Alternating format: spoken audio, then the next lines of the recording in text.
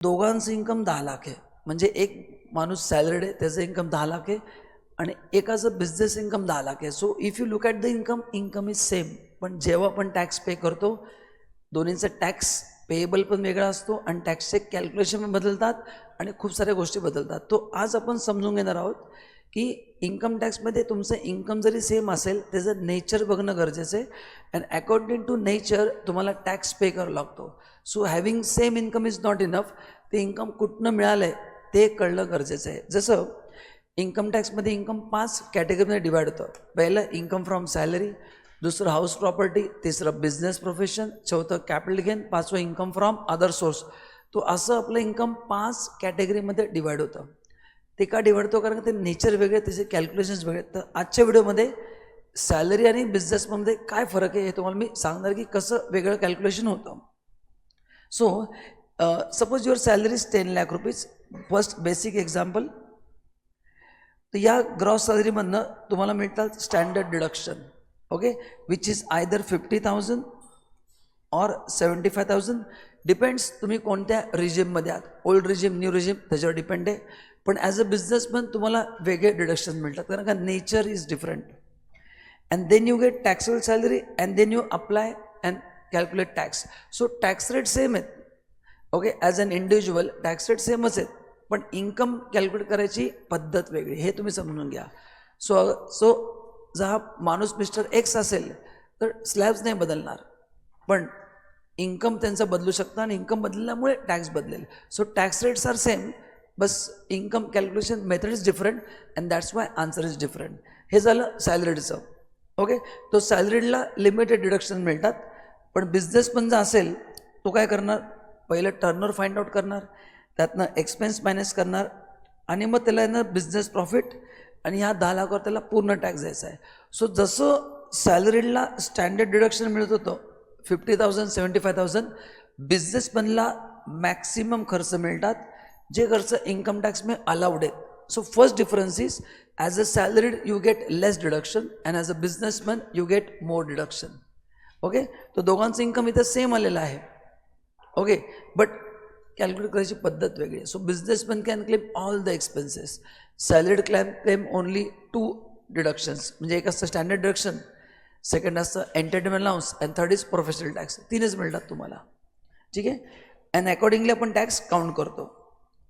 नाव आता अजून एक कन्फ्युजन आहे खूप लोकांमध्ये की टर्नओव्हर अँड प्रॉफिटमध्ये फरक काय असतो. सी, टर्नओव्हर म्हणजे हा तुमचा सेल्स असतो.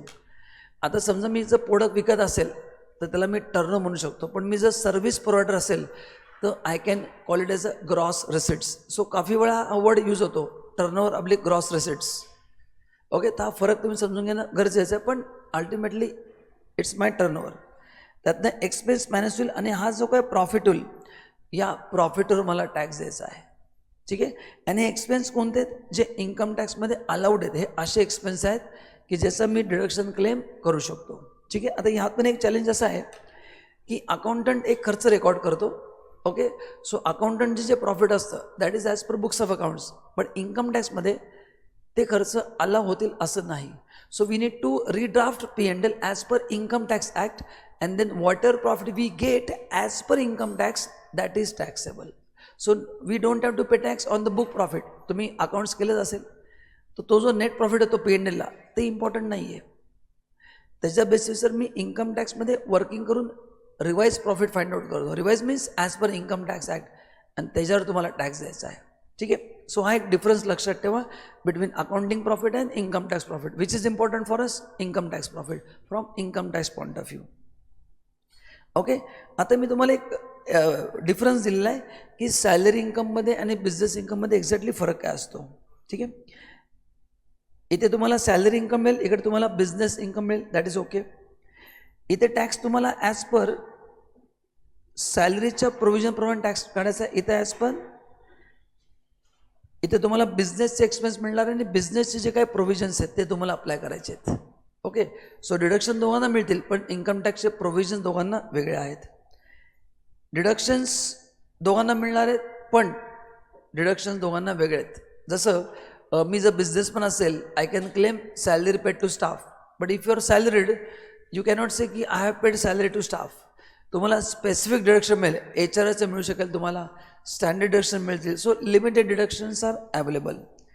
टॅक्स रेट्स दोघांना सेम असतील. इफ पर्सन इज सेम, म्हणजे दोन्ही जर इंडिव्हिज्युअल असेल तर टॅक्स रेट सेम असेल. पण जो सॅलरीड करतोय तो इंडिव्हिज्युअल आहे आणि बिझनेस इन्कमवाला पार्टनरशिप फर्म आहे, तर टॅक्स रेट बदलतात. So in income tax rate varies from person to person. Okay, so even if your income is same, step 1 will have to check your status. So एकाने partnership form केली आणि एक as a proprietor काम करतोय, तर partnership फॉर्मला tax जास्ती आहे आणि प्रोप्रायटरशिपमध्ये as an individual tax rate काय आहे, कमी आहे. ठीक आहे. आणि बाकी कुठलं इन्कम असेल तर दोन्हीमध्ये तुम्हाला काय करावं लागतं, ॲड करावं लागतं.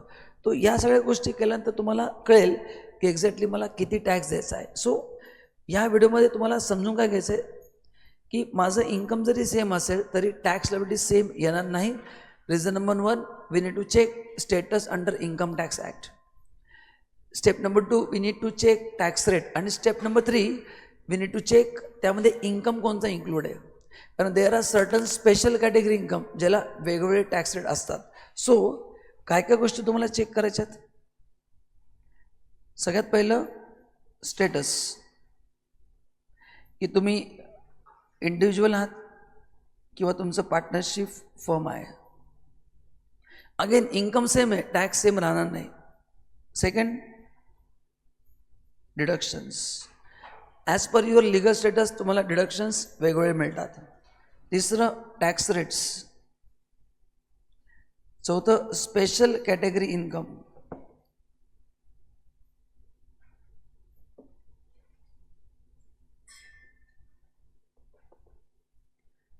दुसरं, तुम्ही ATRला आहात का ऑप्शनल टॅक्स रिजिम, तुम्ही न्यू रिजिममध्ये आहात का ओल्ड रिजिममध्ये आहात.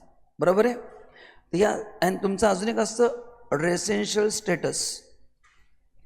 तर या सगळ्या गोष्टी बघितल्यानंतरच मी डिसाईड करू शकतो की तुम्हाला टॅक्स किती द्यायचा आहे. So income is same but tax same असणार नाही, हे तुम्हाला समजायचा प्रयत्न करते. And these are the different reasons. ठीक आहे. ओके, आता कॉमन मिस्टेक काय होतात नॉर्मली ज्या मी ऑब्झर्व केल्यात. खूप लोकांना वाटतं की माझी जेवढे TDS कट झाला आहे तो माझा फायनल टॅक्स आहे. No, TDS is a partial rate of tax. Okay, so तुमच्या पूर्ण इन्कमवर टॅक्स काढला जातो आणि त्यातनं TDS मायनस होतो. जो बॅलन्स अमाऊंट आहे त्यावर तुम्हाला भरायचा आहे. Turnover is equal to taxable income. No, टर्नओव्हरमधनं खर्च मायनस करा, जे प्रॉफिट येईल त्याच्यावर असेल. बरोबर आहे. पण तुम्ही जर बिझनेसमॅन असाल आणि तुम्ही जर प्रेझेंटिव्ह स्कीममध्ये गेलात देन टर्नओव्हरच्या बेसिसवर टॅक्स काढला जातो. But turnover is not your taxable income. Personal expenditure business expenditure mix करतात, तसं करायचं नाही. P&Lमध्ये फक्त बिझनेस एक्सपेन्स क्लेम करा, पर्सनल क्लेम करू नका. डॉक्युमेंटेशन प्रॉपर मेंटेन करा. तुम्हाला जर डिडक्शन्स क्लेम करायचे असतील, तुम्ही सॅलरीड असाल, कुठलाही बिझनेसमन इन्कम टॅक्सचे नॉर्म्स फॉलो करून रेकॉर्ड्स मेंटेन करा. आणि खूप लोक रिकन्सिलेशन करत नाही, म्हणजे profit as per income tax, profit as per accounting कुठे फरक आहे. GSTचा मिसमॅच असतो, अकाउंटिंग एरर असतात, बँक रिकन्सिलेशन स्टेटमेंट, या बऱ्याचशा गोष्टी असतात. ते एरर नलिफाय करण्यासाठी क्रॉस चेक करणं पण गरजेचं असतं. तर या सगळ्या गोष्टी केल्यानंतर मग तुम्हाला काही प्रॉब्लेम येणार नाही. सो नाऊ या व्हिडिओमध्ये तुम्हाला सांगायचा प्रयत्न केला आहे की इन्कम जरी सेम असेल तरी टॅक्स लायबिलिटी सेम असू शकत नाही. कारण का नेचर ऑफ इन्कम वेगळे आहे, स्टेटस वेगळे आहे, तुमचं टॅक्स रेट वेगळे असू शकतात, डिडक्शन्स वेगळे असू शकतात, तुम्ही कुठल्या स्कीममध्ये असाल. या 7-8 गोष्टी कन्सिडर केल्यानंतर आम्ही तुम्हाला सांगू शकतो की कुठला टॅक्स तुम्हाला द्यायचा आहे. आता now how ITAP can help you. See, हा एक छोटासा व्हिडिओ होता. ITAP can help you to identify what are the areas where you can save your tax. म्हणजे तुम्ही टॅक्स कसा कॅल्क्युलेट करता, कसे डिडक्शन्स क्लेम करू शकता.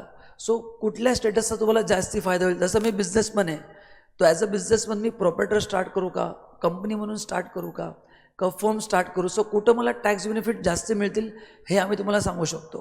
सो टॅक्स तर द्यायचाच आहे, पण beyond that where we can save the tax and what is best for you. Form करणं बेटर आहे का LLP फॉर्म करणं बेटर आहे. Okay, as a salaried how you can do tax planning. कुठले तुमच्यासाठी ॲसेट्स आहेत जे घेऊन तुम्ही टॅक्स प्लॅनिंग करू शकता. हे प्लॅनिंग करून तुम्ही टॅक्स मिनिमाइज करू शकता. काय करू शकता, मिनिमाइज करू शकता. So this can be done with the ITAP. So तुम्हाला ह्याच्यात जर प्रॅक्टिकल नॉलेज घ्यायचं असेल तर फर्स्ट थिंग, व्हिडिओ आवडला असेल तर लाईक करा, शेअर करा आमच्या इन्स्टिट्यूटला व्हिजिट करा, आमच्या कोर्सची माहिती घ्या आणि तुम्हाला डेफिनेटली काही व्हॅल्युएशन मिळतील आणि जे करून तुम्ही स्वतःचं प्रॅक्टिस चालू करू शकाल. तुम्हाला जॉबमध्ये इन्क्रीमेंट मिळेल, तुम्ही एक्झिस्टिंग बिझनेसमॅन असाल तुम्हाला अजून व्हॅल्युएशन मिळेल. So taxation, accounting, Tally, Excel यामध्ये तुम्हाला कुठेही जरी काही अडचण असेल तर you can join our course, ज्यामध्ये तुम्हाला प्रॅक्टिकल नॉलेज मिळेल, तुम्हाला लिगल लिटिगेशन्स कसं हँडल करायचं तेही कळेल, तुमचं प्रमोशन होईल, स्वतःचा बिझनेस चालू करू शकाल. So if you want to what you can say, तुम्हाला जर प्रोग्रेस करायचा आहे in any how, job, business, तो तुम्ही करू शकता. आणि 12 नंतर तुम्ही कुठल्याही स्ट्रीमचे जरी असाल तरी तुम्ही यामध्ये छान करिअर करू शकता. सो अधिक माहितीसाठी आमच्या इन्स्टिट्यूटला व्हिजिट करा. Thank you so much and bye bye.